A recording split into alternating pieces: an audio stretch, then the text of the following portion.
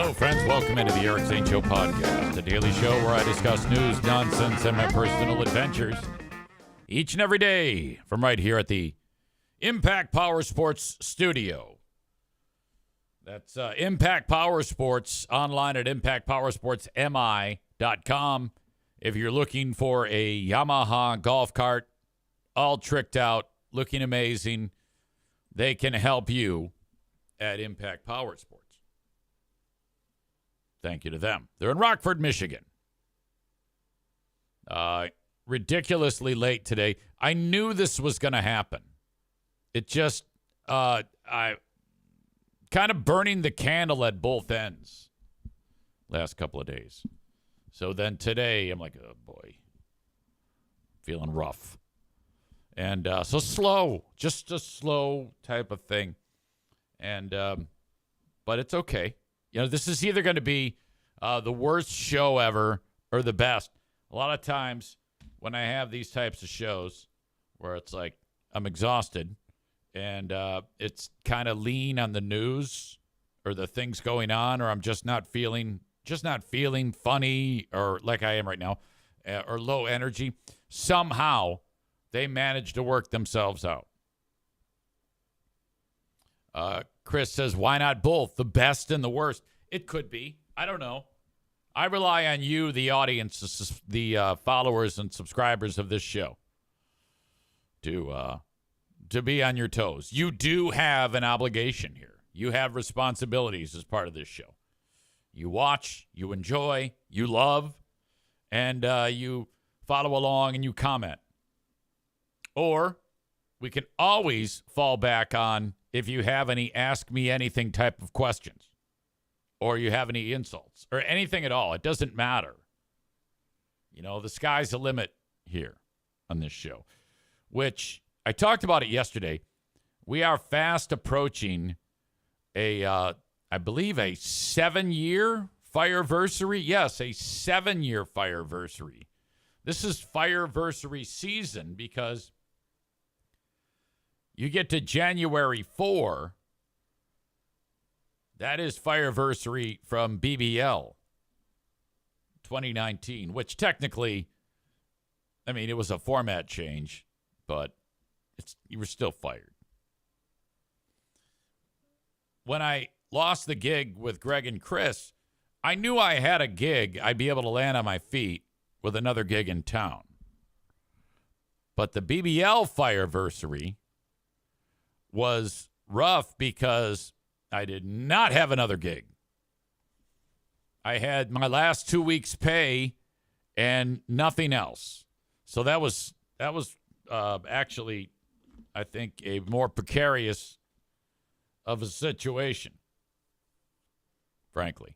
I don't know. You know, when I got fired from Free Beer, I was so acting like it was the end of the world, and I was contemplating unaliving myself. I did it twice. I had 2 moments, fleeting thoughts. That's what got me thinking about it. Don't have that issue anymore. Hopefully it'll stay that way.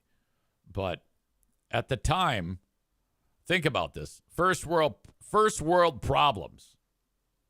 There I am huddled in a fetal position. And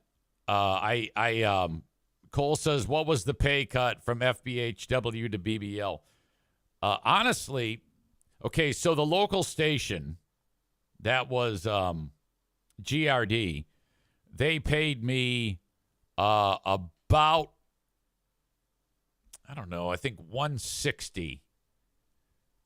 All right. And the rest of the money that I made was from the syndication. That's what got me to that NHL level of salary, was the syndication. So I was pretty upset. But in reality, when I took the job with BBL, they agreed to pay me more than what GRD, the local station, was making. Not by much, but it was more. And also, Greg and Chris gave me $110,000. So I got 2 weeks or 2 months off. I got $110,000 from because they had to buy me out because the the three of us owned it. And then I immediately started earning again. Like I said, I did have to take a pay cut overall, but it wasn't nearly as bad of a scenario as it was when I got fired from BBL. Because at that point, my salary had gotten whittled down tremendously, and I wasn't making anything. So I got my last paycheck, and then that's it. So I was like, oh, no, what the fuck am I going to do? Now, that one is where I should have been thinking about unaliving. If there's going to be any thinking of unaliving, it should be in that one. Soft is here. He says, this chat is popping. What's up, Easy? Soft, I don't know if you're on the Twitch stream. You might be on, like, YouTube or Facebook or something. I don't even know. But hardly anybody watches on YouTube. Head over to Twitch and subscribe to the page. And then you can comment on Twitch. But I still see it, just not as visibly. It's not as prominent when you post from other platforms.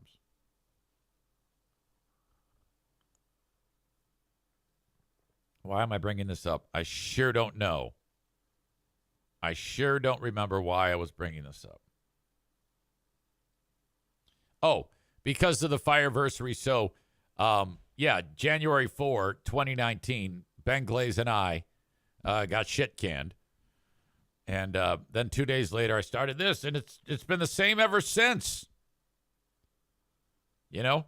And we'll continue to do this. I think I'll end up doing this to ride out my days. I had somebody making fun of me the other day because they heard me on Big 101.3, which proves to you this. Whether I get people who, one set of people who will say, you're an idiot, you got fired, you can't hold a job. And then the next comment will be, hey, I heard you working, idiot. What the fuck? The point was, I was laughing in Easy's face because he was on Christmas. Look, I can voice track 7 broadcasts in a short amount of time from right here. This is the nerve center. This is where everything happens, right here. I couldn't do it otherwise. I wouldn't do it otherwise. I don't leave the house. The daily podcast, the daily Patreon, all the other content comes from right here, this microphone, this chair, this coffee mug, the morning radio show on Q100, the oldies station in Grand Rapids. So I'm an asshole because, hey, you got fired, you dumb dick. And then I got, oh, yes. Look at you, you asshole, you're working. Chris says, yes, you were a busboy at Bosco's. That's hilarious. And because I did see that one. God. It's going to take me a second to find it. But I had somebody busting my balls about the gig at Bosco's Pub, which I miss so much. Seriously. I think that will happen again in the very near future. Bosco's has to open up again. Some guy took a run at me, and he says, I used to talk to Easy at Bosco's Pub. He was a busboy and washed dishes. And then he said, now there isn't a person that I've met at Bosco's Pub who I didn't have a good interaction with. And so I must have I'm sure I had a great interaction with whoever this soul is. But at the same time, he's here on Facebook and he's lighting into me, let me have it.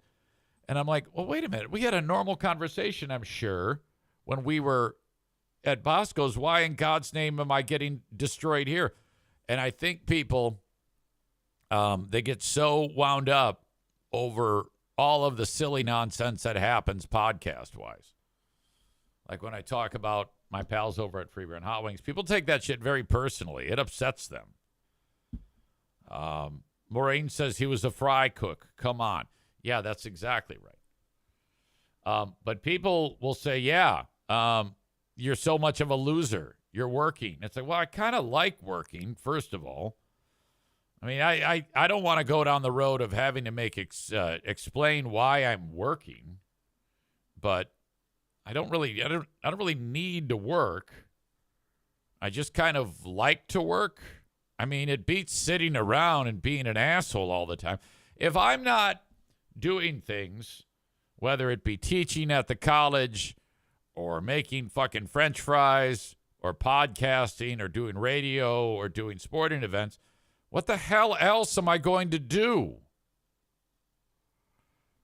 Bread Bull Brain Chris says it was somebody who was white knighting Kelly Cheese. Oh, yeah. Oh, my God. Okay, and what I love is the audience of my show is so used to me picking fights and relying on me picking fights to satisfy their curiosity and entertainment. At least this is what I tell myself. So if I post anything sideways about Kelly, I mean, the amount of people who come out of the woodwork and just beat the shit out of me is remarkable. I mean, she has a large number of Braveheart bitches who, if I dog her, they're going to fucking murder me. That's what I'll do. I'll go check this out here. Because I did post about this because she beat the shit out of me pretty good.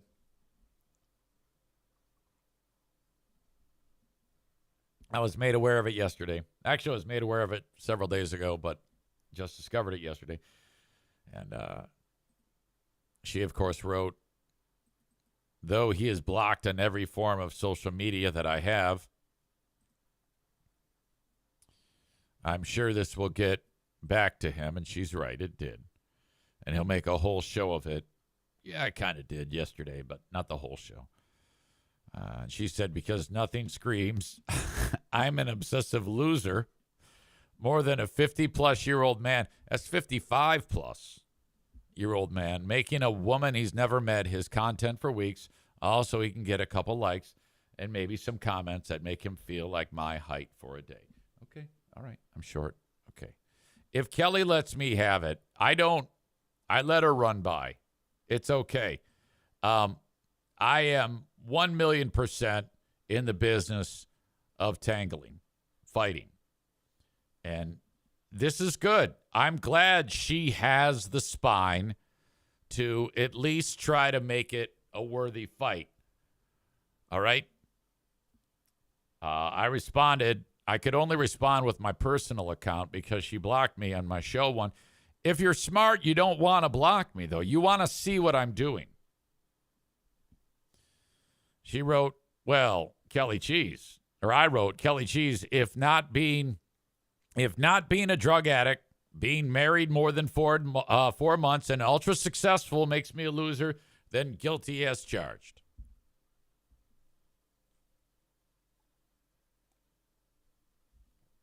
The people who let me have it on there, they continue to dwell on the idea of me suggesting that the holiday break-ins are fake, but I didn't suggest that. In fact, I said the opposite. I said they are not fake. I just refer to them as the fake-ins because of all the various nuanced things that, that make it what I said it is. Whether it be the sniffles, whether it be the silliness of trying to make it seem that they're actually there when the break-in is happening, all the changing of the details. It's kind of ridiculous. Not to mention the intense sponsorship that now surrounds that escapade.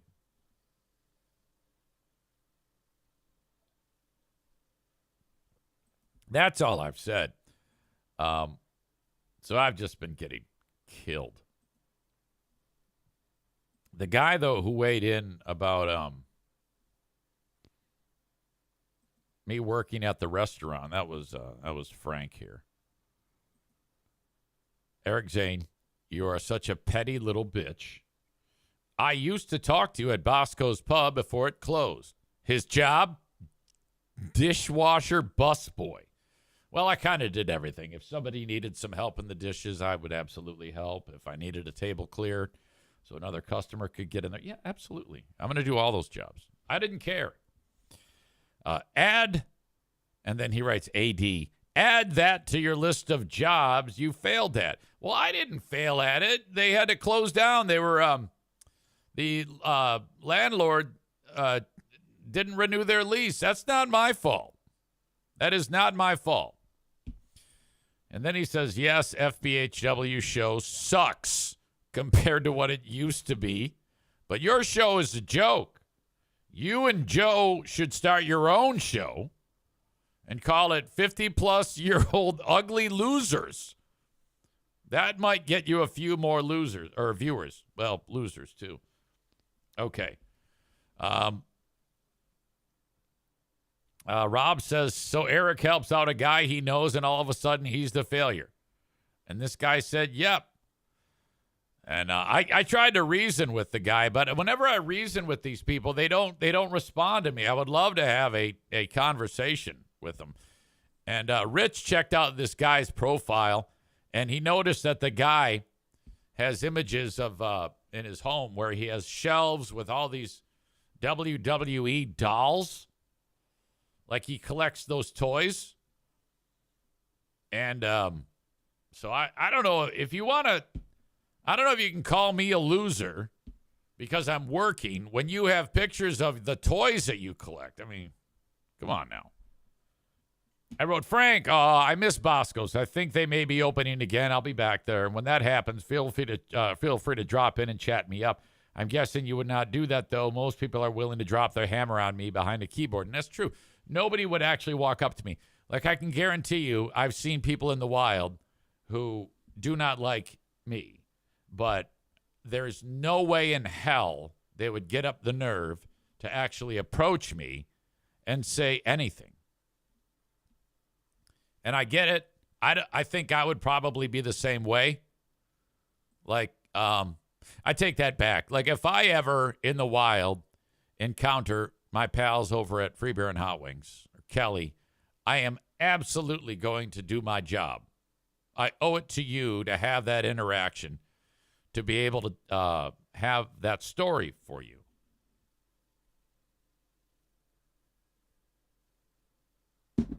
You know?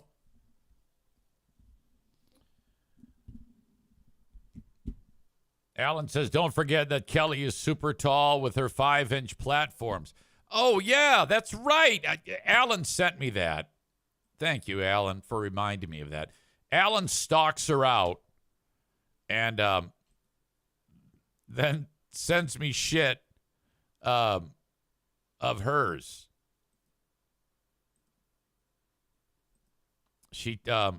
Okay, this is what happens. Our girl sets up like a tripod and takes fun pictures and then like shares them with the world.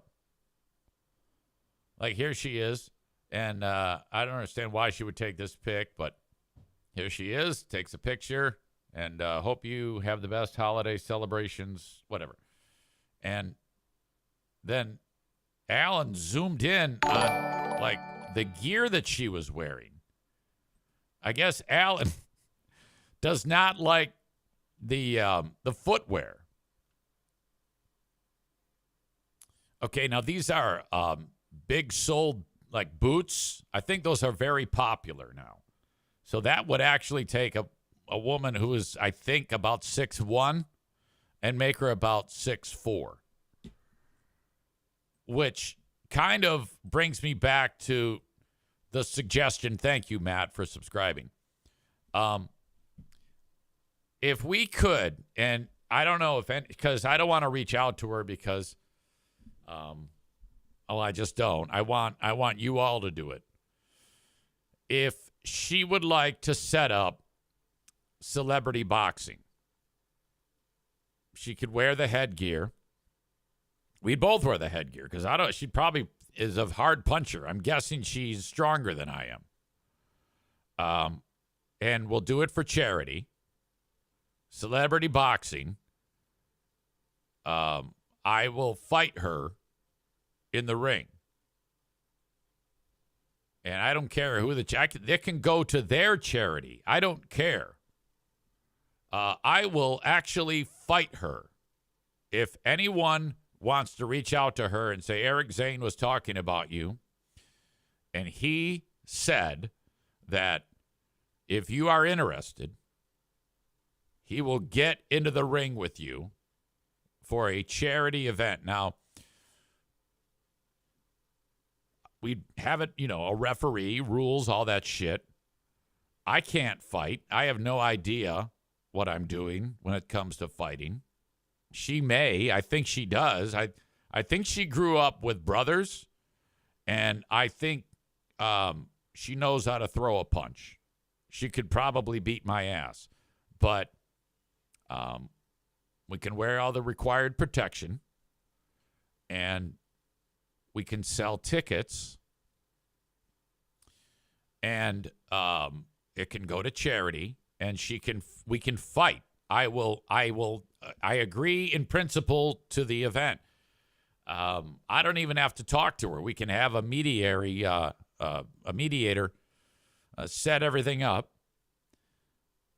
I guarantee you the amount of attention this would draw would allow for thousands of tickets to be sold. We could set up a ring anywhere. Also, I would agree to fight all members of that show. Me against all of them. Not at the same time, but I would be willing to do that. I will do anything for promotion. I am the king of this type of thing. I love big events like this. Alan says, sponsored by Talsma. Probably. But I would not pull any punches on her. Like, I wouldn't be fucking around.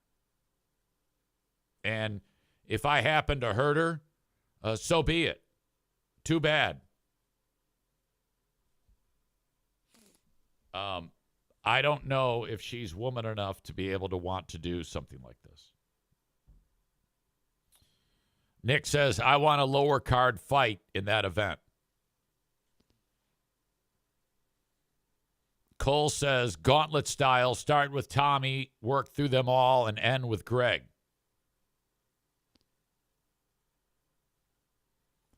Okay, now I want you to seriously ask yourselves, what would you pay to see this?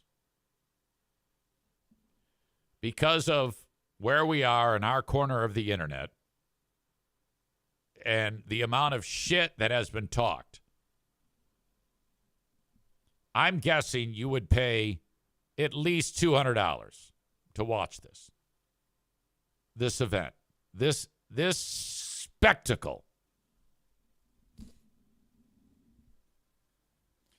We would raise so much money. Chris in Maine says $2,000. Alan says $75. Donko says do it between periods at a Griffins game. No. It has to be its own event. You know? Red carpet affair. It can't be some poverty thing in a damn Walmart parking lot. Megan says there's wrestling at halftime at the Gold game this weekend. Yeah, I don't know. I want it to be a 3-hour fight-filled Saturday night, hot summer night, Eric Zane Show podcast, hot summer night boxing spectacle. No venue is too big. We'd fill it. I can promise you. All of those scumbag Free Beer and Hot Wing Show audience members, I can guarantee you they'd be up for it. Now, all that needs to happen on their end is them to talk to a mediator and say, yes, we agree in principle. We will do this. Let's work it out.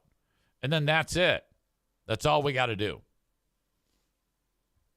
I'm not kidding you. I would absolutely fight any member of that show.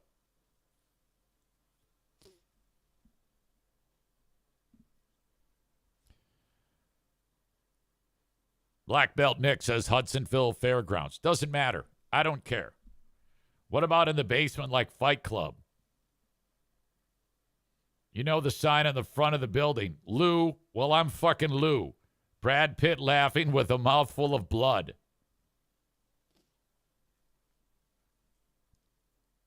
Rebecca says $200 and I'll mop up the blood. So let me just explain this to you. So if I'm there with Kelly and I catch her I rattle her cage with a cross and she's concussed, and then I go down low and start chopping on the redwood forest and then come up top and bloody her nose and she starts crying, good. I'm not going to pull my punches. If you agree to get in the ring, I will defend myself at all costs. I am not above that. If I've got some woman who's twice my size who wants to take me out, you best believe I'm going to lose my mind. I'm going to go wild windmill Armenian freakout punches. That's what I'm going to do. And if I happen to knock her out, people are going to feel bad. She's going to lay there probably crying. All right? To me, good. I'm happy about that. It's going to be all awkward. People are going to be like, oh, God. I'm going to be like, yes! Yes! Nick says, is this going to be kickboxing? Easy goes down like Ronda Rousey against Holly Holm.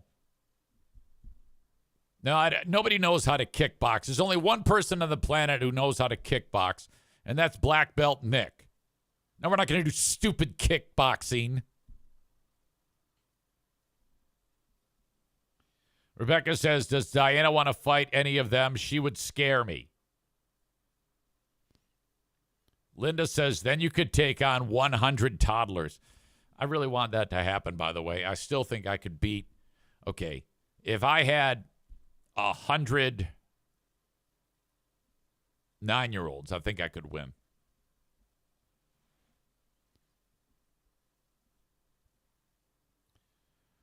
Megan says, I'm just realizing Nick could have taken care of the BS during the Great Food Giveaway. Yes, that's true. Skip says, I'm cheap, but you and Free Beer, I'd pay to see that. Okay, I want you to hold on real quick because I got to fill up my coffee. Okay. That's so I can keep my brain active. Stand by.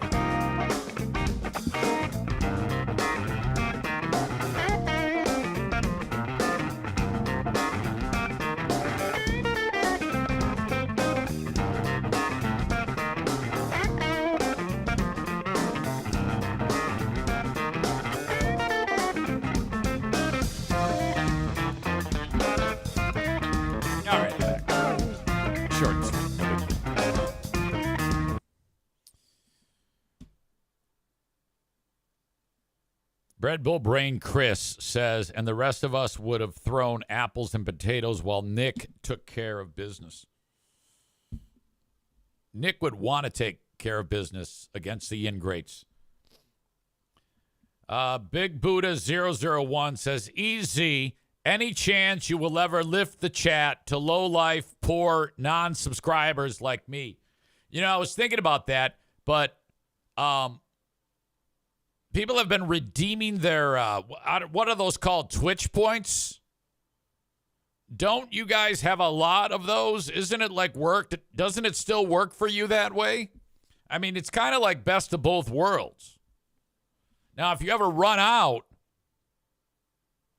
I mean, then you might have a problem. But you get about 150 or so per show if you're here from the start, Yoda World says. And it looks like each message takes about 350. Right? Like Tyler says, he's got 528,000 Twitch points. Bread Bull Brain Chris says, the poor chat is there for a reason. Know your place. And then he laughs. Like, For Big Buddha 001. How many Twitch points do you have? If it costs you $3.50 a message. Nick says, I have 470,000 Twitch points. How do I turn them into money? I don't know.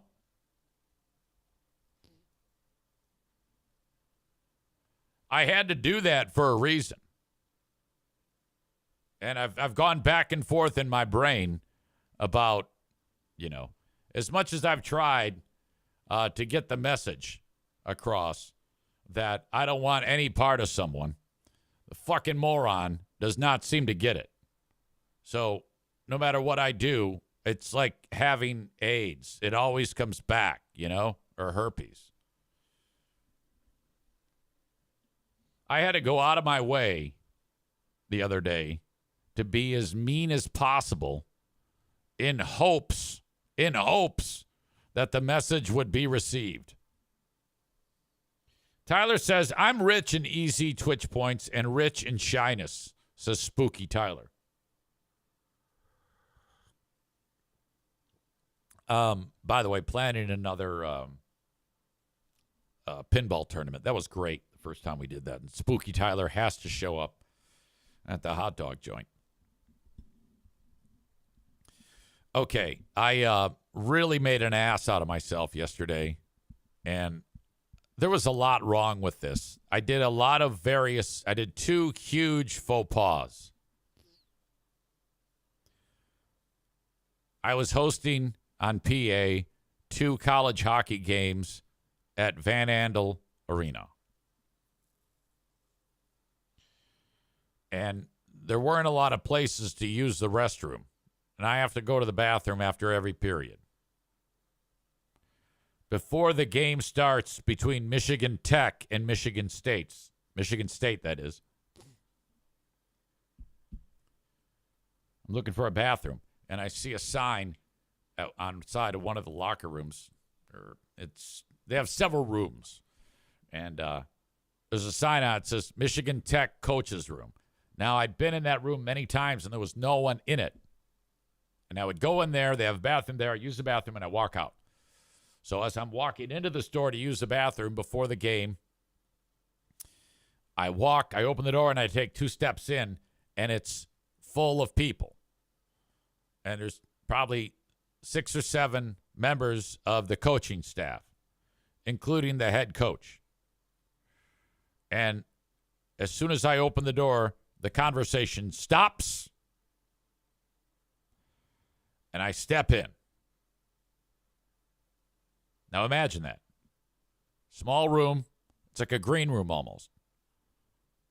All these hockey guys, coaching staff of Michigan Tech. I open the door. I see all the faces look at me. No one speaking. What would you do? Most would go, pardon me. I don't know what I'm doing. Sorry. Close the door and walk away. I did not. I walked right through the middle of their meeting.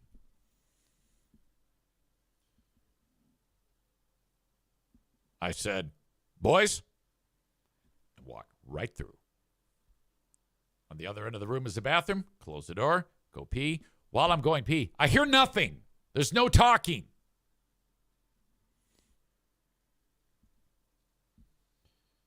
Wash my hands. I open the door. And they're all looking at me like, are you fucking kidding me? I go walking through and I go get him, boys. Give him hell. Which is, I guess, something a coach might say. Or give him hell. It was, did you ever see that movie Miracle with, God damn it. What's his name? He played Herb Brooks. That actor.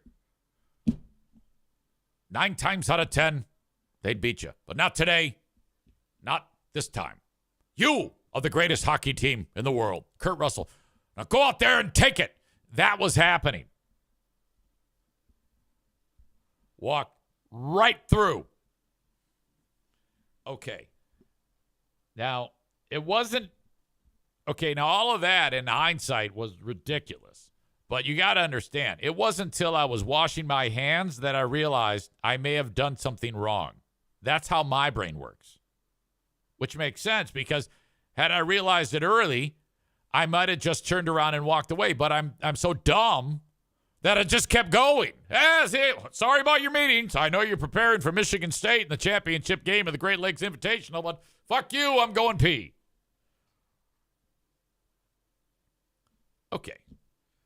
At that point, now I'm walking out and the game's getting ready to get started, and I'm realizing how much it's about that time that I realized I fucked up. So, but then I did it again. You're like, how could you possibly do it again? Despite knowing where and I now know where an alternate bathroom is available for me, after the first period, I go to the same area. And when I come around the corner, as I'm zeroing in on that area, I see a guy picking up garbage that has fallen out of a garbage can. Now, what I don't know is the guy who's picking up the garbage is the head coach. And he has kicked the shit out of the garbage can because he's not happy with something that happened in the first period. But I don't know that. So I go, oh, don't worry about it. Somebody will clean that up for you, buddy. I don't even know it's the coach, though. Again, I've forgotten whose faces I saw when I went in there earlier. But it's one of those guys, and this is the head coach. And I go, oh, hey, don't worry about that, buddy. And I start to go for that door. But before I said that, I go, what happened? And the guy goes, I got pissed off. And I go, oh. You're like, in my brain, I'm like, oh, that's the coach. And he just kicked the shit out of that can because shit's going wrong on the ice. Oh, okay. So then I go, oh, boy, all right. So then I walk away. I go to that door, and I put my hand on the handle, and he goes, I wouldn't go in there if I were you. And I go, oh. So then it all comes back to me. You know, this is how my mind works. The fact that I even was walking in the vicinity of that area is goddamn lunacy. Knowing full well in hindsight about what I did the first time, I still was considering going back in there. Ah, what an asshole. God damn. Nick says, I was waiting for you to confuse him with one of the cleaning mutants. But no, that was the head coach, and so I went, oh, okay, and then I walked away, and then I went over to security. I go, hey man, you gotta let me, all these goddamn rooms, someone let me in. I need a bathroom right now. Let me in. Boom.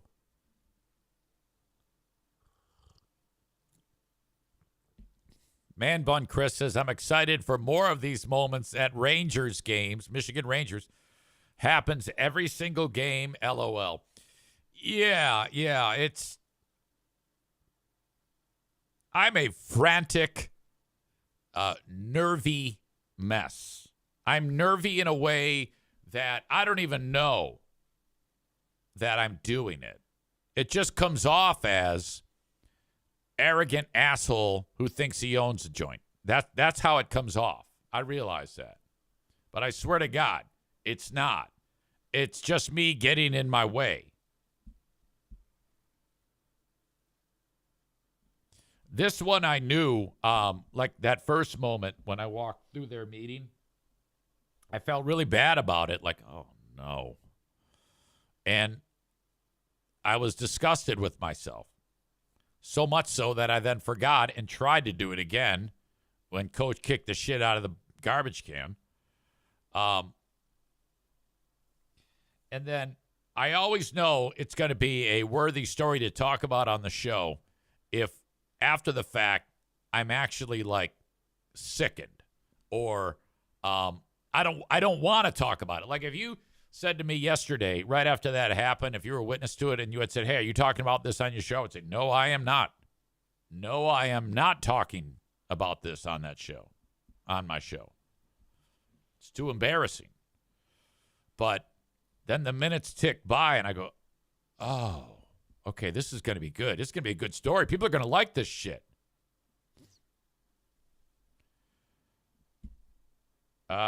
Nick says, just rock a piss into the Zam pit like the Red Wings Zamboni driver did back in the day. Al Sabatka got fired for that. Yeah, I can't do that. I can't go. It's me going potty is a very precise arrangement. I can't be disturbed. I don't like anybody talking. And good news, I didn't have that happening when I was taking a pee after I walked through their meeting because they're like, what the fuck? What is going on here?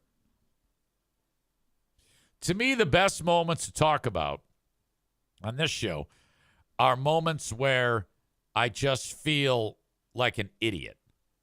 Or like whenever I feel like I'm not going to want to talk about this, I know that as time passes, I will want to talk about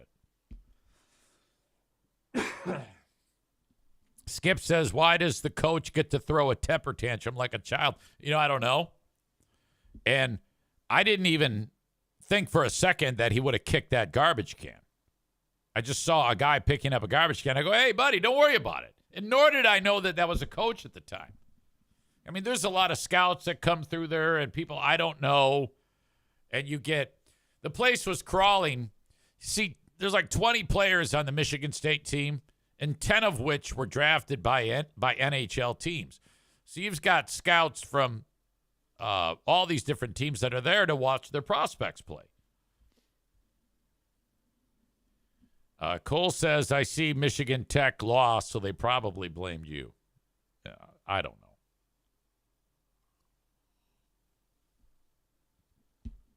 It was college hockey is a different animal. Those kids play hard. That was a very, very intense game. And Michigan State is very good. Oh, my God. Tech is also good, but Michigan State's defense is intense, and they've just got too much. Too much. Number 3 in the nation, as I understand. Michigan's number 1. It goes Michigan, Wisconsin, and then Michigan State. Because I don't follow college hockey at all. Tyler says, at least you didn't say, hey, you missed some over there when the guy was picking up the trash.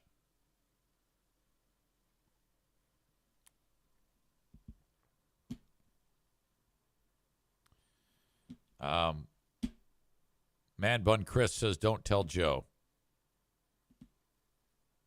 For sure, we can all relate. That's why it's great. Don't tell Joe. I don't know what you mean by don't tell Joe. Nick says, I love the college games, more breakaways and errors leading to more offense. Yeah, and they throw their bodies around. I still love the insult from the 17-year-old from Michigan State in the first game on Sunday. He got into a scrum with some fucker from Ferris. And he screams across the scorer's table, why bother playing? Go raise a family.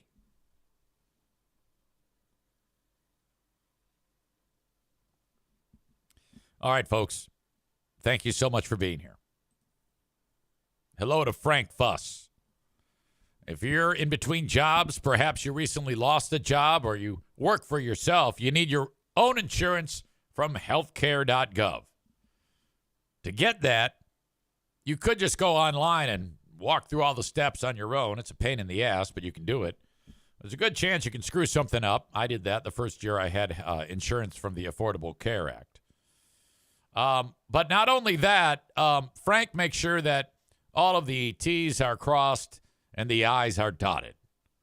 His services are free. I suggest that you reach out to Frank and book some time with him at appointmentwithfrank.com. From anywhere in the U.S., you can do that. Appointmentwithfrank.com. So now I don't know how it works for any of you who got your insurance through the Affordable Care Act for 2025. But if you did not go back into your policy during open enrollment and make some changes, you can expect your insurance to go up about 3 times the amount of what you were paying before. Some of you are like, why? How? Well, we've been talking about it for 2 months. The budget stalemate. That's why the government shut down. It was over this exact thing. The reason why you pay so much for your insurance is because you get a tax subsidy. The Republicans want that to go away. The Democrats do not. Well, hell, some of the Republicans don't want it to go away. But anyways, my point is it's not settled yet. So, like, I had to go in during open enrollment and change my policy so that I didn't get stuck paying $1,800 a month. How did I do that? Well, I bought a different policy that's not so expensive.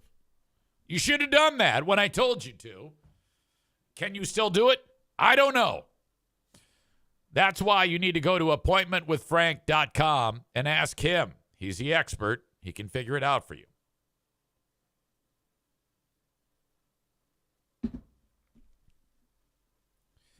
Thank you to Kuiper Tree Care in West Michigan. If you need tree care, maybe a tree has fallen, maybe you want to get rid of a tree this time of year. They're obviously not nearly as busy as before. But keep in mind that if you ever need anything, getting rid of a tree, getting rid of the stump, tree trimming, tree risk assessment, storm cleanup in West Michigan, reach out to Kuiper Tree Care, Kuiper, KuiperTreeCare.com.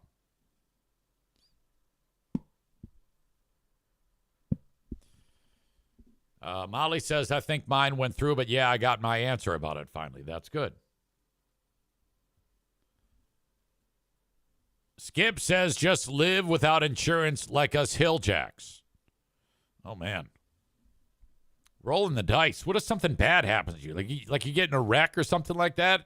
Might as well file for bankruptcy when you get to the emergency room.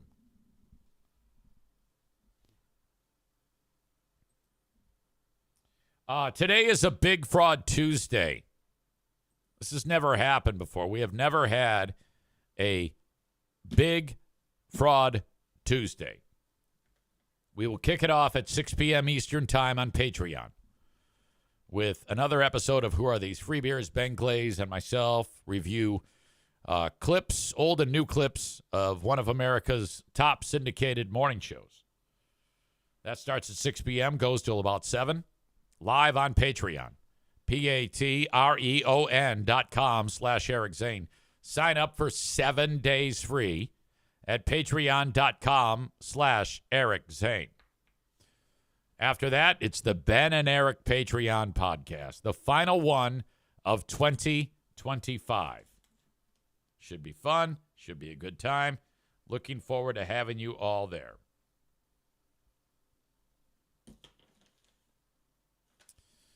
All right.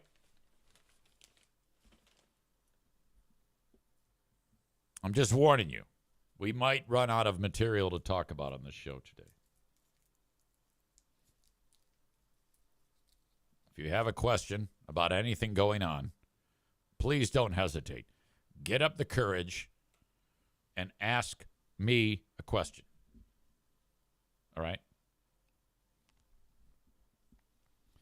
Bread Bull Brain Chris says, what's the last college hockey coach scandal that anyone can think of? Clearly the superior sport.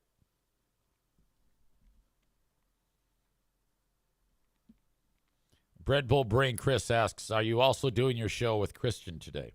Which Bread Bull Brain Chris is a regular audience member. That's funny you should ask that because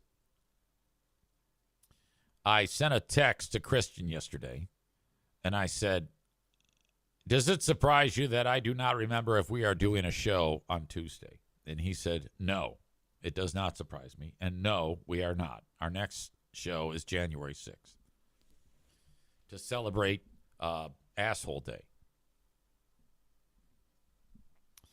And so, no. Ladies and gentlemen, my brother Paul is here. He writes, why is your nose so big? I'm not sure what platform he's watching on, probably YouTube. I suggest you go to Twitch and subscribe. Thank you for that. It's my Armenian heritage, which you have none of. Bummer for you.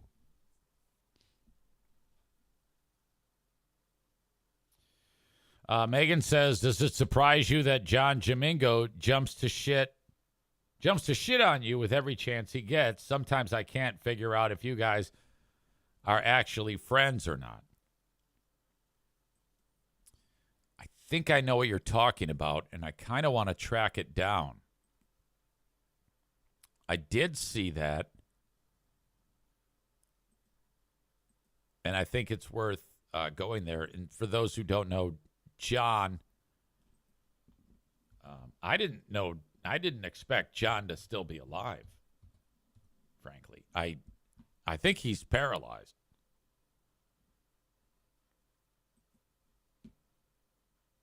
This is going to take me a second to find it. Somebody over on the world-famous Segment 18 Facebook page took one of my posts that I made, and they did the old, why is he allowed to post here? And it was me making comments about whatever the hell. That was the one that our beloved Kelly went after your old pal EZ on, which I didn't see until yesterday.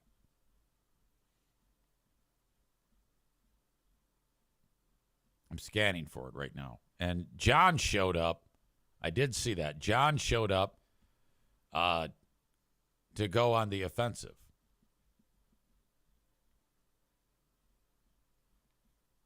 And Megan is wondering if we are pals. I don't, to be honest with you, I don't remember what the hell we could be mad at each other about. You know, sometimes you kind of almost forget why the hell things went down the way they did. If you asked me last time I have any memory of John, it would have been when we, I think we did a show together. We did like a crossover show, and I forget the topic. It wasn't that great. It was kind of forgettable, kind of laid flat. I think we called it the Fat Fuck Summit.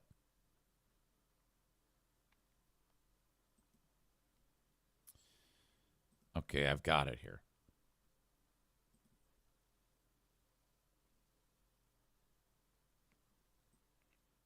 Rebecca says, Gizmongo goes after you like you go after the cheese. Notice how you don't let it bother you. Red Bull Brain Chris says he is influenced and corrupted by the Zaniacs constantly.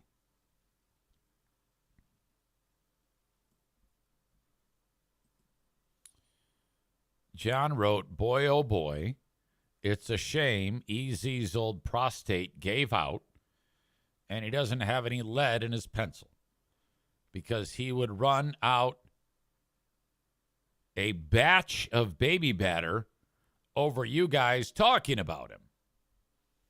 Poor limp noodle Eric Zaitunian cannot enjoy this as much. I need to be specific about this. I have not had trouble getting an erection. The medicine that I'm taking does, in fact, limit my baby batter, and it decreases my libido. But an erection is not a problem. So just to be specific. So whereas, like, an orgasm might have been like, yeah, and then Pooh Bear looks like a sad clown. Now it's like, you know. So that's what he's referring to. Doug says, John, they are living rent-free in Zane's head. It's so funny. What a loser. Actually, this Mike wrote to John, what an odd thing to say. You over the just thinking about the good old days, taking back shots from EZ. So that guy kind of like, so that annoyed John because that guy didn't get John's joke. And so John said to that guy, no, nitwit, I'll try bringing this down to something you might understand. This gives him something to talk about on his horribly boring podcast. Does that help, dipshit? Okay, so now John's in a fight with that guy. Okay, now, so, yeah, that's the first time I had heard or seen from John in a long, long time. Now, unless if you know something else, Megan, that John has been going after, and honestly, it's like, if anybody talks about me, I will never get in the way of somebody talking about me. Nor will I challenge and like piss and moan. You know? She says, I know nothing. I just saw that. Okay. Yeah, you can never, ever, when you do what I do for a living, at the expert level that I do it at, ever start to show like what anybody says about you is like something that bothers you. I will say that if somebody says, one thing that does bother me is like when John says the show is boring. I'm like, oh, God, I sure hope it's not. Now, I know it's just John, so whatever. But if I heard from randos telling me, I tried, I just can't do it, I'm not going to lie to you. I do not like that. That is one thing that drives me up a fucking wall. Donut Dan says, can you talk about the possible new podcast yet? Or have you already done that? No, I haven't talked about it. So I have, I'll tell you this. I am the director of content and director of sales for a new podcast that features an NBA Hall of Famer, a Super Bowl champion, and a two-time NBA All-Star. They're friends, and they're doing a podcast together. It hasn't even launched. They just are starting it. And so we've got all these different things in place. And I was approached, and they said, do you want in on this? I said, perhaps. Here's the things that I can do. And then I told them what I can do. So they said, all right, we want you to do it. And they said, how much is it going to cost us? And I said, I don't know. I don't even know if I can do a good job. They go, well, you got to, and I go, look, I said, let me just figure shit out and see what the fuck I'm doing and see if I'm even successful at this gig. And if I am, then we'll discuss it. Okay? So that's where we are. Brand new show. And I'm in the process right now of literally shopping it to various platforms. Okay? About, hey, we're starting the show. Would so-and-so podcast platform be interested in carrying it? Yes or no? No? All right, I'll move to the next one. So my job is to make sure the audio would be in good shape and presentable. It's an audio-video podcast. It would be recorded once a week and then posted with the possibility, the hope, that it goes to 2, 3, 4, then 5 days a week. And so I've seen and heard these three do their thing together, kind of like a test show, and it was good and enjoyable. And they said, one of the people that I was talking to said, do you think that there is a market for this? I go, absolutely. Why? I go, look, if a goddamn NFL punter can become the biggest name in online content, Pat McAfee, don't you think that you could get a similar type of attention based on the pedigree alone of NBA Hall of Famer, two-time NBA world champion, and a Super Bowl champion, and the stories you could tell? Not to mention the dynamic between them is awesome. Why? Because it's black people. I've said this before, because I always thought Pat McAfee's show sucked. I don't even know. I can't even understand why anybody would like that fucking show. But these three are awesome. So I'm excited for them. And I have a back seat to the show. It's behind the scenes.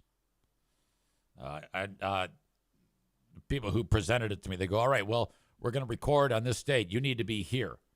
Like, not here, but like where they're recording. I go, I cannot do that. Why? Because I don't leave the house. Maureen says, I hope one is Bill Laimbeer. No, it's all black people, I said.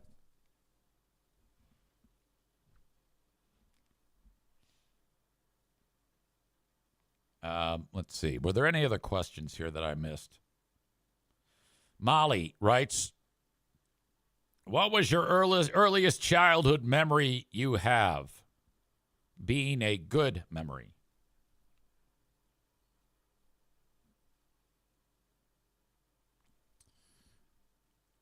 Yeah, I don't know. I remember bad memories. I remember being poisoned when I drank the kerosene out of the Pepsi can up north. Probably the first memory that I have as a human being was at that age. You're talking 1973, 1974. In that ballpark, give or take a year. Dad would put kerosene into a Pepsi can and dump it on the fire to get it going. The fucker's walking to the fire pit, and I remember I have the image of him walking, and I can see his back. And I remember actually saying, Dad's got some pop, and I'm going to have some. And he put the fucking shit down on a stump. And I grabbed that thing, and I remember chugging it. Now, Paul is here. My brother Paul is in the chat. He remembers this. I know he does. Because the last I remember is vomiting and everybody losing their mind. And then I think I was driven to a hospital up there. Which, up there, in that year, if a kid like me drinks kerosene, they'll, like, amputate your legs. You don't want to go to a hospital in northern Michigan now, let alone in 1970, whatever. The first memory that I have. Let's see. What other memories that I have that are pleasant? Again, these are all bad memories. I remember when I was 4, in October of November of 1974, my uncle died. I remember that.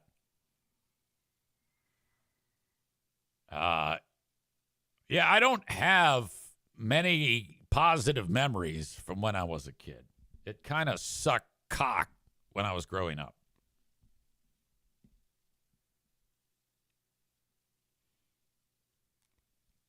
What are your Eric Zane Nostradamus predictions for 2026? Oh boy, I don't know. I haven't given much thought to that.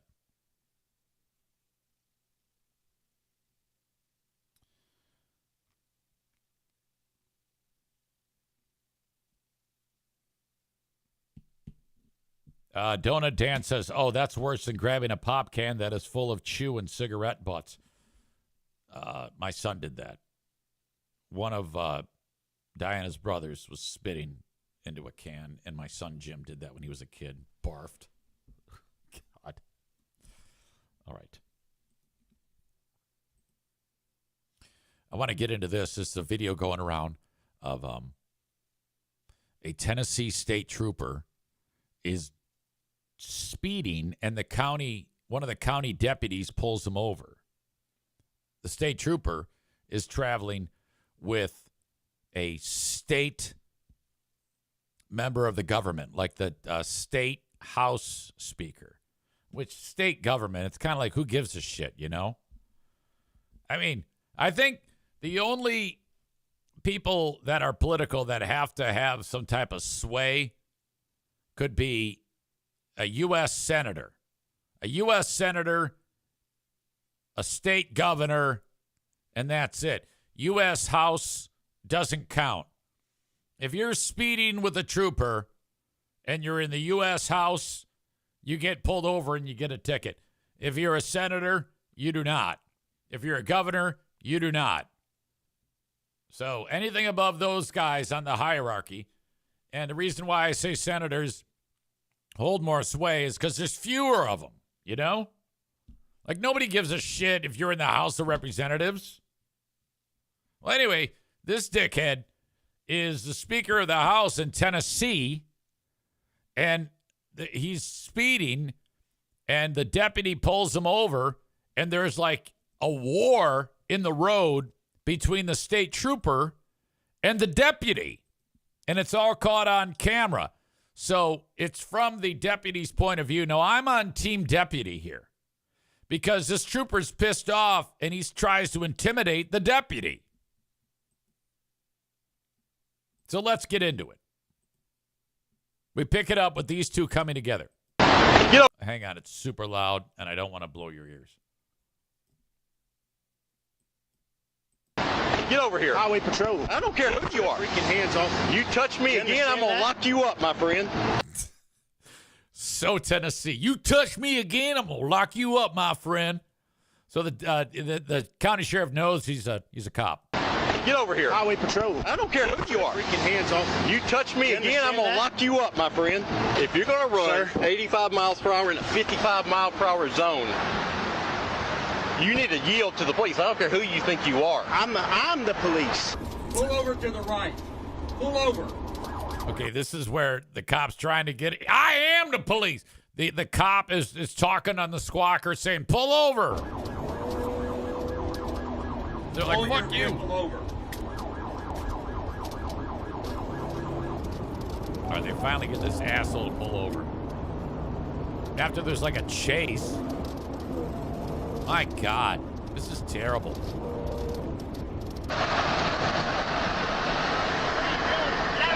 Dude, pull over! Similar Pull over! stop like that. Get over here. Highway Patrol. I don't care who you are. Freaking hands off. You touch me again, I'm going to lock you up, my friend. Tennessee You're out here. Tennessee Highway.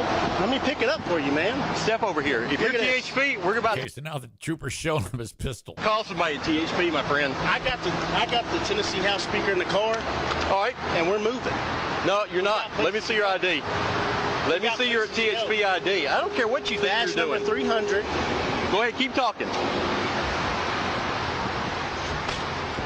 If you're going to run 85 miles per hour in a 55 mile per hour zone, you need to yield to the police. I don't care who you think you are. I'm the police. Well, the police are trying to stop you because Trying you're to breaking stop the law. police? Yeah. Did you not see my blue lights?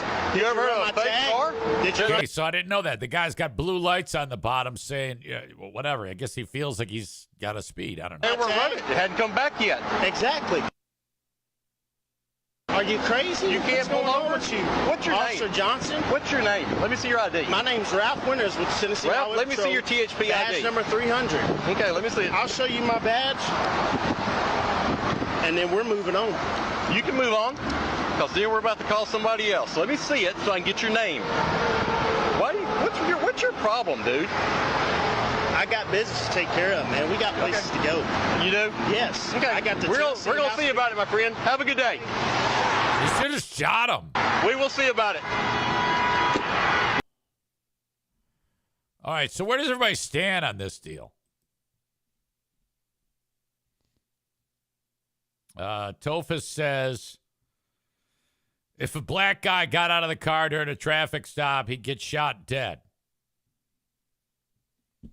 Tofus also adds, yeah, well, piece of shit politicians think they're entitled to break the law. It appears that way. Lock them up. Red Bull Brain Chris says ego versus ego. Tofus adds, this guy's career is over, by the way, the speaker.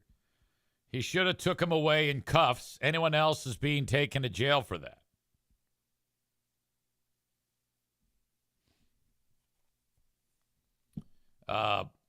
Patrick says, not sure why they let him go. Should have arrested him, PSN Bleach says. Cole says, fuck that guy. Arrest him and the politician. Tofus adds, these assholes aren't above the law. 85 and a 55 is an arrest and a possible suspension of license.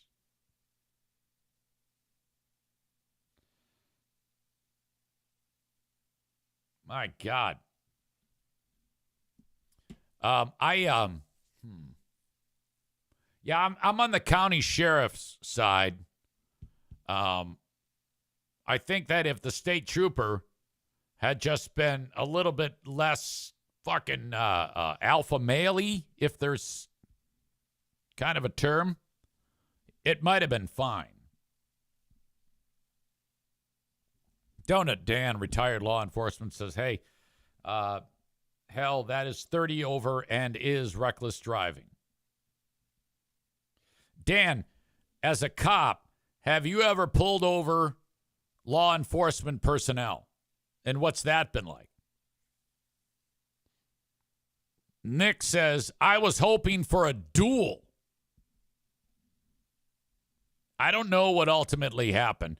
And I disagree. I don't think anybody's career is over at that point. Tova says the trooper was right to be pissed. 30 over the limit is super dangerous. You mean the deputy was right to be pissed. Matt says he lifted his shirt and showed his gun. Should have been tased until he pissed himself at that point. Yeah, I think isn't that brandishing? Dan says, yes, I have done that. They were respectful and not jerks. All right. Well, anyway, I thought that was an outstanding clip. Every so often, I feature clips of stories about workplace incidents where, like workplace safety was not being followed, and it led to horrific deaths in the workplace. Some of the big ones were the Bumblebee tuna story, where the guy was inside of the oven. And the way they do that is Bumblebee tuna, or all tuna fish, is cooked while it's in the can. They put it in the can. They seal the can. All of the cans fall into an enormous oven, bigger than this room. Like they pull a chain, and then a door opens, and literally thousands of cans of tuna fish fall in. They close it up. 350 degrees. It tumbles, and the tuna fish cooks. The Bumblebee tuna incident was there was a guy in the oven doing maintenance, and some asshole pulled the chain, and thousands of cans of tuna fish fell on him, and he's like, oh, fuck, oh, my God. And the door closed, and then he was tumbled in. And so, they're like, hey, where did Manuel go? And I don't know, the fucker's sleeping on the job. Fucking Manuel, we're going to have a word with him. They open up the thing, and Manuel falls out, and he's delicious. All right? He's a crispy, golden brown. He's crispy on the outside, tender, juicy on the inside. He's like KFC popcorn chicken. And they're like, oh, my God, man, this is true. This is true. And Manuel's family sued. They got millions of dollars from Bumblebee tuna. That was one of the most amazing of all time. You can look that up, Bumblebee tuna incident, and you will see. And I want you to think about that the next time you buy Bumblebee tuna. Now, he wasn't cooked in with the tuna. He was separate. I think the question is, though, all of those cans of tuna that are in there with Manuel, you still sell those, right? I mean, It's protected tuna. Can you imagine? That's what Dan says, but the cans were still okay to sell. I'm guessing. I don't know why they wouldn't be. Matt says, is he okay? There was the lady at the, it was a potato chip factory or some shit, and she got caught into a potato slicer. True. And then there was the recycling facility where it was a giant contraption similar to like a paper shredder, but used for like giant steel parts. And same thing. Where's Ronnie? I don't know. And that story, I remember this because Ronnie's dad was the super of, hey, where did he go? I don't know. Maybe he left. And they couldn't find him, nor could they find a trace of him. So somehow he went through the shredder, and then the conveyor runs all the recyclable materials. So he's in a cube somewhere. They don't know, though. They never did find him. And they ran a cadaver dog, everything. Nothing. And then, I swear to God in this story, days later, something the dog missed, they found a chunk like that fell off the conveyor. And they're like, oh my God, this like quivering piece of meat.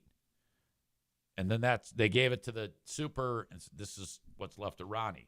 We found out that's when they determined that he's actually dead. They didn't know where the fuck he was. They thought he like bugged out or something.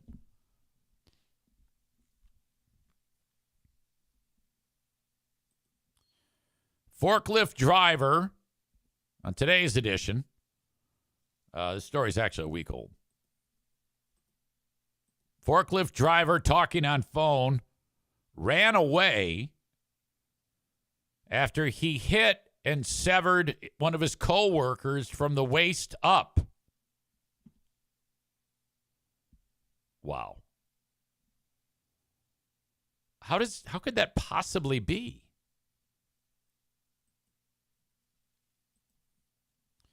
It happened in Bryan County, Georgia. A forklift driver doing just that on the phone killed a 45-year-old dude.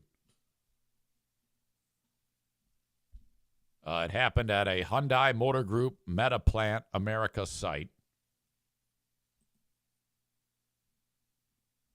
There might be a audio-video story that goes along with this. Sorry about that. Rest in peace to your ears.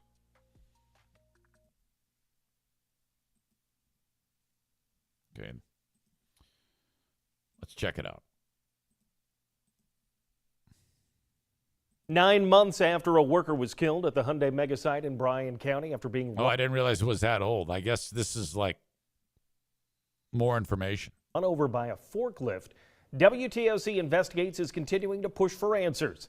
Lead investigator Shay Schrader joins us now live in the studio. And Shay, you have new details about the circumstances that led to... This guy's eyes are way too close to his head for that size of head.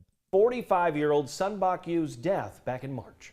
Yes, Mike, we've obtained OSHA's investigatory files, and we've learned that Yu was the CEO of a Hyundai subcontractor, SBY America, which was ultimately fined just under $10,000 for his death. According to OSHA's findings, Yu was on the site speaking to some of his workers when he decided to walk across the road. That's when he was struck by the forklift and killed. The report says Yu was wearing an eye patch on his right eye, as well as a black vest, though He had an eye patch on his right eye. Well, that's part of the problem.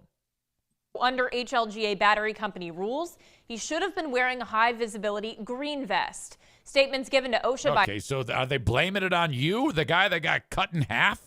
a safety manager, which had to be translated, say the person driving the forklift was talking on the phone while driving, and once he was off the forklift, ran away without checking on Yu. The report also says the forklift driver... I'm not going to lie to you. I'd have done the same thing. If I'm on the phone on a forklift and then I go, uh-oh, and I look and I see legs on this side and the rest of the guy on the other side, I'm out. I'm Jesse Pinkman, Alaska. worked for a separate contractor, Beyond Iron Construction. Again, SBY America, which you was the CEO of, was fined around $9,000 for exposing employees to strike and crushing hazards, while Beyond Iron Construction was fined $16,000 for exposing employees to the same hazards and failing to ensure forklift operators were following traffic regulations. A spokesperson for HLGA Battery Company says neither of those subcontractors is still contracted at the megasite. Shay Schrader, WTOC Investigate. All right, so we got to know about the lawsuit. I mean, that's a big one. Bread Bull Brain Chris says he didn't check on the guy that he just cut in half. Shocking. Bob says there was a guy fairly close to here in Pennsylvania area that was found inside a wood chipper about a week ago. Oh, those scare the hell out of me. God dang. Tophus says the garbage company I used to work for had an incident where one of the guys on the back of the rear loader truck was dumping a can. Then a car rear-ended the truck, and he was pretty much cut in half. What the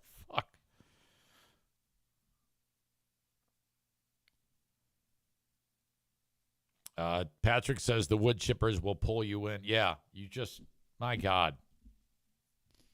You'd think that there'd be, I'm sure there's some type of safety equipment, but it happened so quickly. My God. Bread Bull Brain Chris adds, he killed the CEO. Bad luck, dude.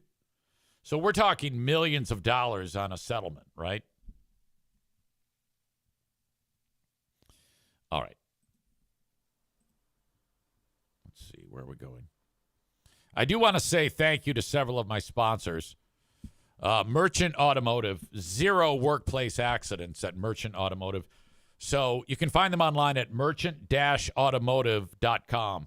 If you are having trouble with your Duramax engine or your Allison transmission on your truck in Zeeland, Michigan, West Michigan, that's where you take it to get it repaired. I know some of you rednecks that like driving around in your trucks.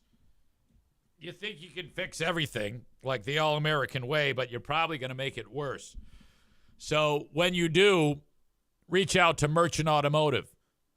Merchant-automotive.com. Great place to go to get your Duramax engine or your Allison transmission repaired.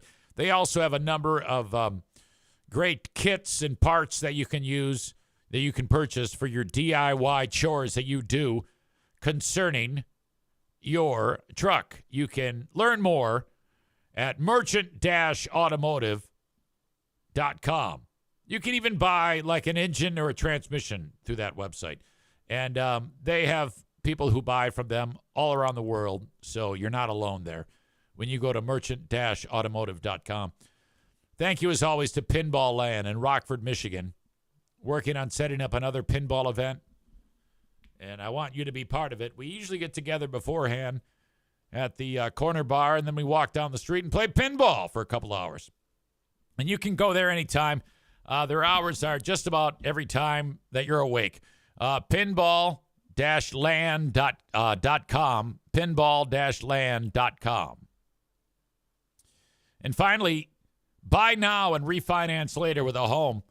Get your mortgage from the Mario Flores Lakeshore team of Van Dyke Mortgage, 231-332-6505.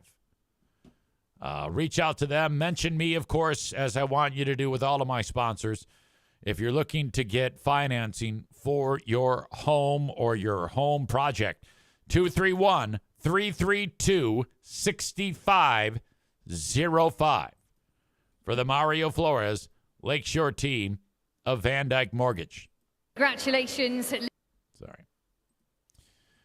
Trump is now graduated from bombing the drug boats, and some have said, yeah, those are not drug boats. But I believe that they are drug boats, you know, because they're traveling at 8 million miles an hour and they're loaded with drugs. Trump is now stepping up his game against the Venezuelans by bombing docks. And what he's saying is, well, yeah, that's where they load the drugs. So he's gone from bombing the boats to bombing the docks. So it's probably only a matter of time before people who don't like that he's bombing the docks, that are like, Americans. You know how, like, no matter what Trump does, there are some people who, even if Trump does something good, they're going to take a shit on him. Now, that's not me. If Trump does something great, I'm going to say that's a fucking great thing. Like, for example, the blowing up of the drug boats. I am on team blow up the drug boats. I don't care that guys running drugs into the U.S. are getting blown up. And I do not believe that anybody that is on the drug boat is actually a fisherman. There have been several people on the left who've said, well, he just blew up a family that was out on a fishing adventure. And you can believe whatever you want to believe. I'm just telling you, I don't believe that. So now Trump has upped his game. And he goes, all right, we have found out where they load the drugs. So now we're just blowing up the docks. Now, this is being met in the comments with some consternation. Tophus says he might as well just invade the country at this point. This is Iraq all over again. Yes, I agree with you. Becca Shea says, that's great. Let's just bomb the whole country. Going back to Tophus, it would be like Iraq being that we're invading a country. But if you think about it, Iraq, there were no weapons of mass destruction. At least we'd be going in with, under the guise of undermining a dictator and ending the drug trade out of Venezuela. If you had to decide which one was more of a viable war, or for a good reason, Venezuela is a better reason. At least Venezuela is a threat to the United States. I would argue Venezuela is more of a threat to the United States than Iraq. The Iraqis were like, we don't have any of these weapons. And George W. Bush is like, fuck you, we're going in.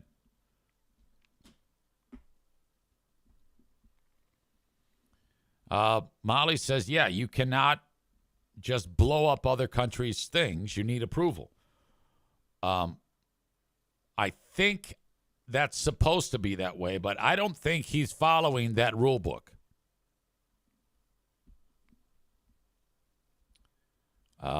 Tophus says congressional approval was not given. He ignores all that. That's true.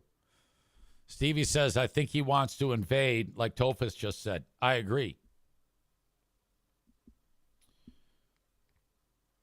Tophus says, under the guise of drugs, what he really wants is those oil fields. He's made mention of it. I agree.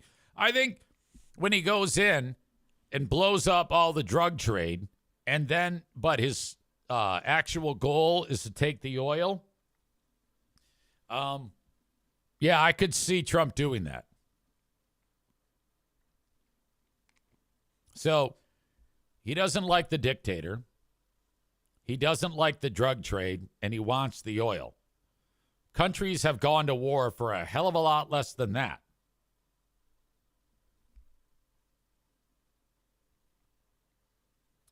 Bob says, dictator, I prefer the term penis potato. Also, I sent you the wood chipper story. Thank you. I might save it for the Patreon.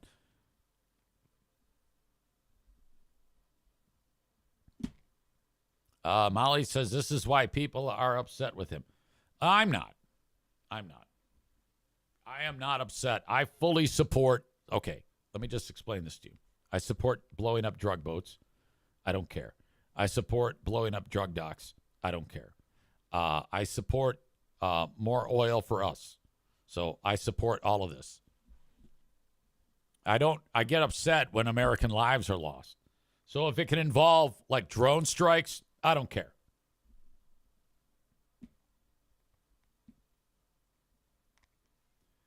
Donko says the drug dealers aren't following the rules either. Exactly. Who gives a shit about Venezuela?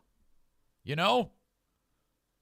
It's not like he's going to be blowing up civilian populations. He's blowing up bad guys. Relax. Birch Barlow says Venezuela is a way to push Chinese influence out of our hemisphere.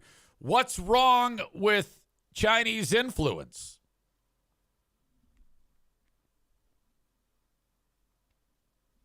All right. So, in fact, there's a quote by Trump.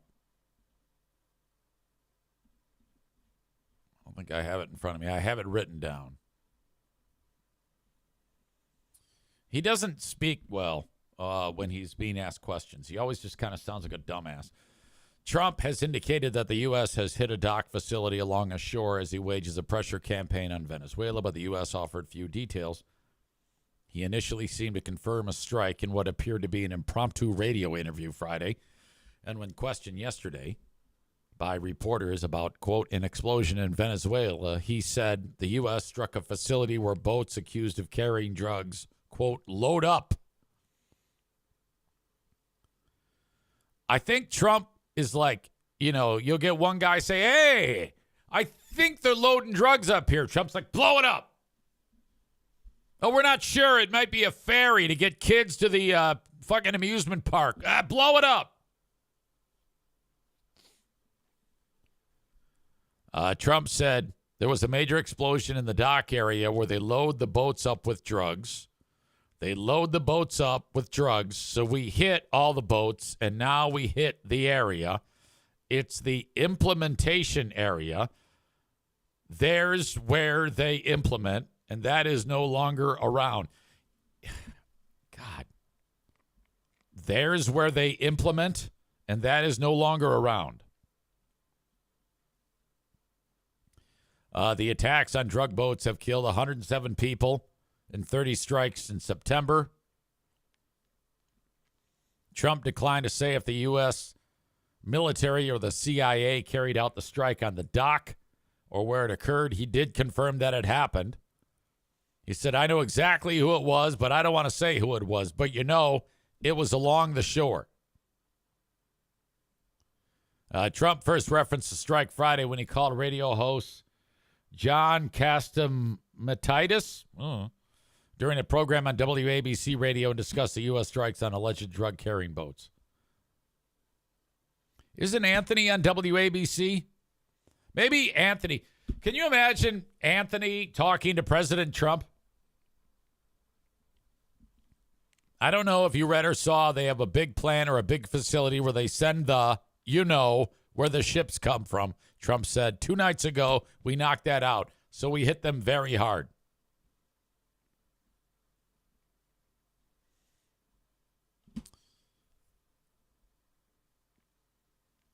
Venezuelan President Nicolas Maduro has insisted the real purpose of the U.S. military operations is to force him from power. He's probably right, and that's probably going to happen.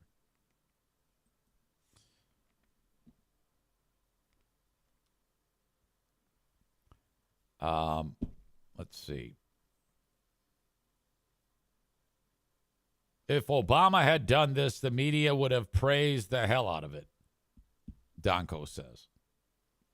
Tophus says, no way. Absolutely disagree on that one. I don't, actually. I don't. You got to understand, most of the media is on the left. So if it happened like this, they absolutely would have lined up and falling over themselves to praise this. Come on now. That would have been looked at as a valuable move and delivered perfectly. And I've said this before. I mean, I can't stand Trump, but if Trump does something that I like, I'm absolutely going to talk about it and say that I agree or I disagree, whatever, based on how I feel. And I think that this is going to turn out to be fantastic. This is going to be awesome. Do you realize how cheap our gas is going to be ultimately? I mean, if Biden did anything that was good, I was always sure to talk about it. Donko says we've been fighting a war on drugs for 40 years. This is how you win. Tophus says our gas won't change. Well, all right. Maybe not. I don't know.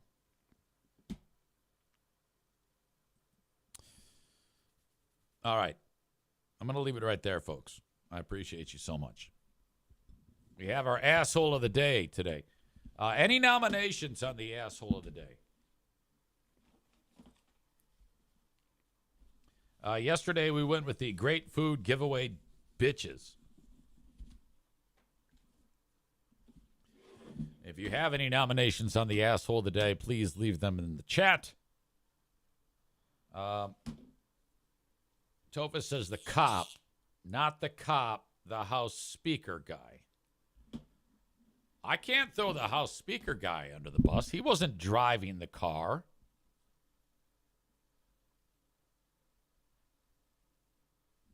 Nick says, unsafe CEO.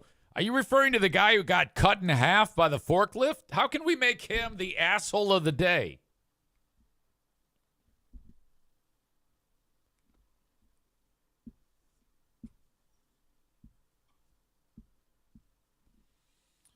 Today's asshole of the day is my dad, as Rebecca says, for putting kerosene in the Pepsi can. I get to see my dad on Thursday and Friday. So they'll be podcasting tonight. They'll be podcasting tomorrow. No podcasting Thursday. No podcasting Friday. I will post something for you, including something to listen to while I'm away, which on the most recent episode of Something to Listen to While I'm Away, it featured a Dude Shadoway interview with Andy Williams. And I really laughed hard at that. I never listen to my old shit. I rarely listen to my old shit. And usually I can only stand a few minutes of it, and then I shut it off, and I'm disgusted. But this particular one, I was so goddamn uncomfortable, and then I really started laughing at the dude interviewing Andy Williams. You know, he's dead. In fact, I was looking at the date that this interview happened. He didn't die. He died not that long after that. Oh, my God. All right, that's on the latest edition of Something to Listen to While I'm Away on Patreon. Thank you for your time today. Please don't be a stranger. On the Shoreliner Striping inbox, Eric at ericzaneshow.com. I'm at cameo.com/Eric Zane if you want a cameo. Follow me on Twitch at Eric Zane Live. Till next time, folks, have a good one. Bye.